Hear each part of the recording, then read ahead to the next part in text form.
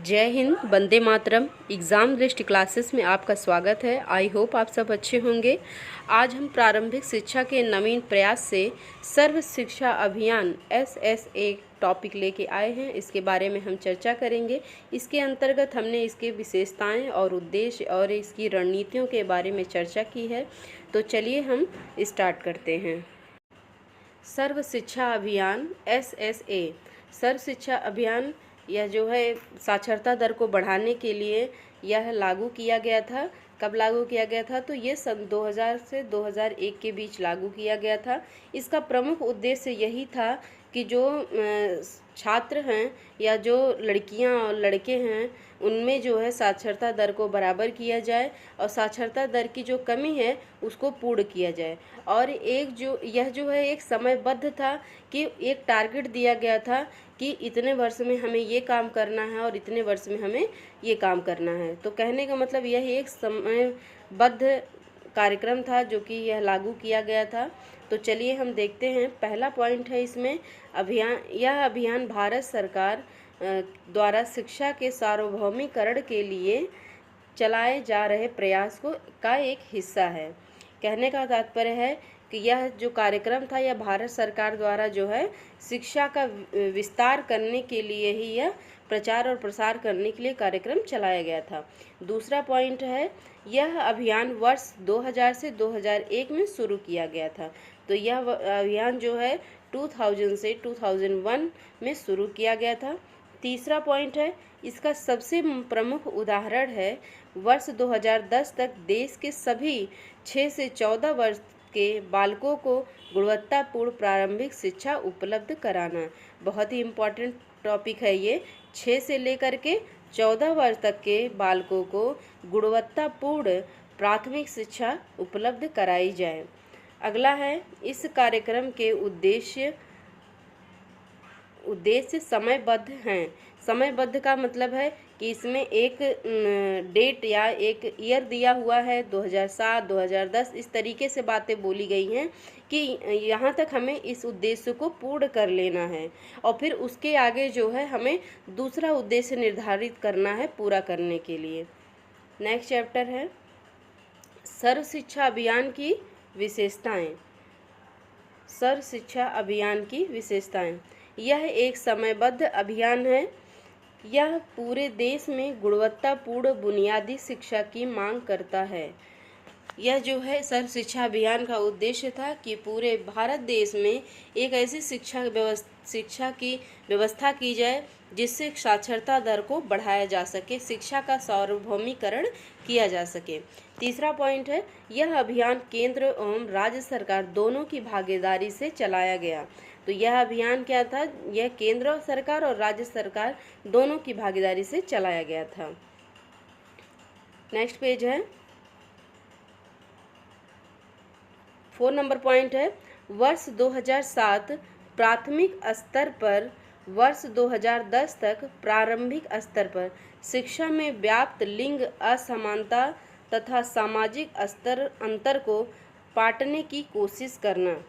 ये कह रहा है कि वर्ष 2007 में प्राथमिक स्तर पर, वर्ष 2010 तक प्रारंभिक स्तर पर शिक्षा में व्याप्त लिंग असमानता तथा सामाजिक अंतर को पाटने की कोशिश करना।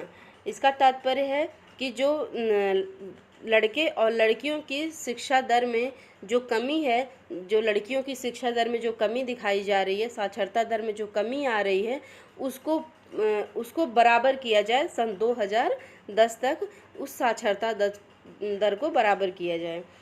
पॉइंट नंबर 5 है वर्ष 2010 तक शिक्षा में ड्रॉप आउट से बचने के लिए सार्वभौमिक प्रतिधारण बनाए रखना।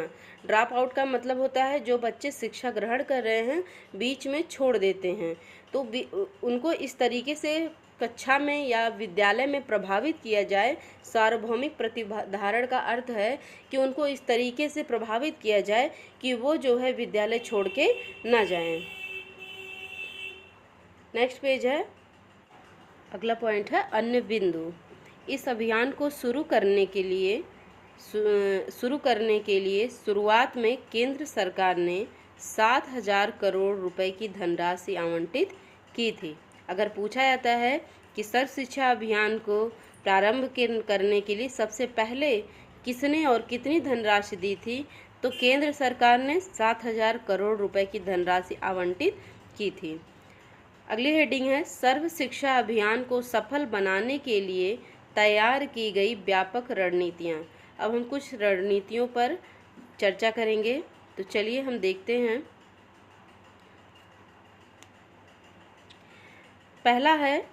पहला पॉइंट है इसमें संस्थागत सुधार। संस्थागत सुधार, इससे तात्पर्य है कि संस्था में सुधार किया जाए, जैसे कि बच्चों को पढ़ने के लिए उनके लिए कॉपी किताब की व्यवस्था और उनके बैठने के लिए टाट पट्टी की व्यवस्था और उनको जो है वहाँ पर शौचालय की व्यवस्था हो। तो इस तरीके से विद्यालय के सुधार पर ध्यान दिया जाए ताकि बच्चों की साक्षरता दर में वृद्धि की जाए। दूसरा पॉइंट है सतत वित्त पोषण।